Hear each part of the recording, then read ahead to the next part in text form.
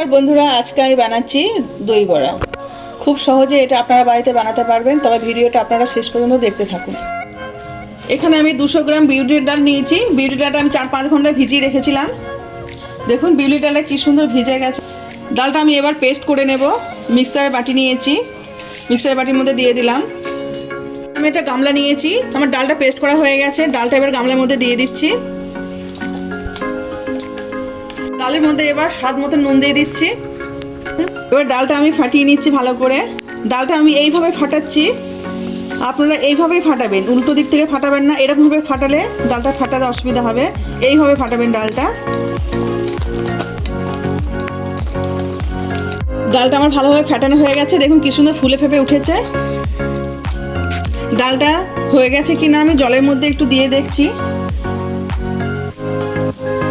উঠেছে মানে আমার এটা ডালটা রেডি হয়ে গেছে। চামচ আমি মৌরি দিয়ে দিয়েছি এর মধ্যে। আর একটু ভালো করে এটা মিশিয়ে নেব। বানানোর জন্য ডালের বড়াগুলো আমি ভেজে নিচ্ছি, আমি পাল্টে নিচ্ছি।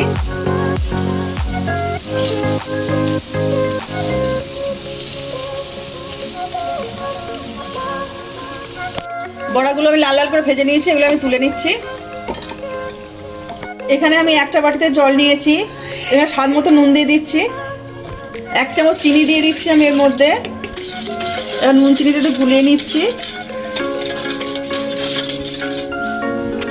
এবার দই বড়ার জন্য বড়াগুলো যে আমি ভেজে রেখেছিলাম, ওই বড়াগুলো আমি জলের মধ্যে দিয়ে দিচ্ছি।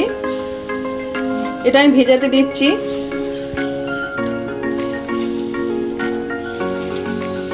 এটা আমি ভেজার জন্য আধ ঘন্টা আমি জলে রেখে দিচ্ছি। বড়াগুলো আমি ভিজিয়ে রেখেছিলাম, বড়াগুলো এবার আমি জল থেকে তুলে নেব। তুলে একটু চেপে নিচ্ছি, জলগুলো বার করে দিচ্ছি ভালো করে।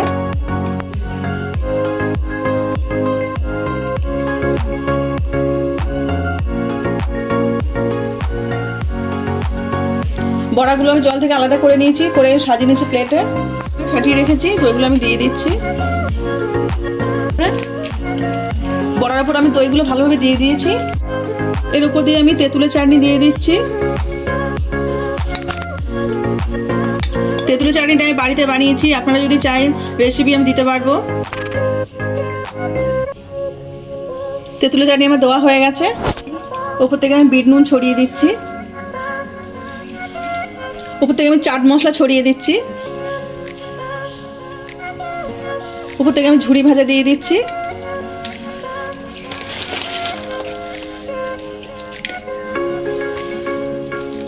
আমি ধনেপাতা ছড়িয়ে দিচ্ছি। আমাদের দই বড়া একদম রেডি। দেখলেন কত সহজে বাড়িতে বানিয়ে ফেললাম। আপনারা চাইলে আমার রেসিপিটা ফলো করে বাড়িতে বানাতে পারেন। আজকে আমার রান্নাটা যদি আপনাদের ভালো লেগে থাকে তাহলে লাইক করে দেবেন, শেয়ার করে দেবেন। কেমন হয়েছে কমেন্টে জানাবেন। আবার নতুন রান্না পেতে গেলে আমার চ্যানেলটা সাবস্ক্রাইব করে দেবেন।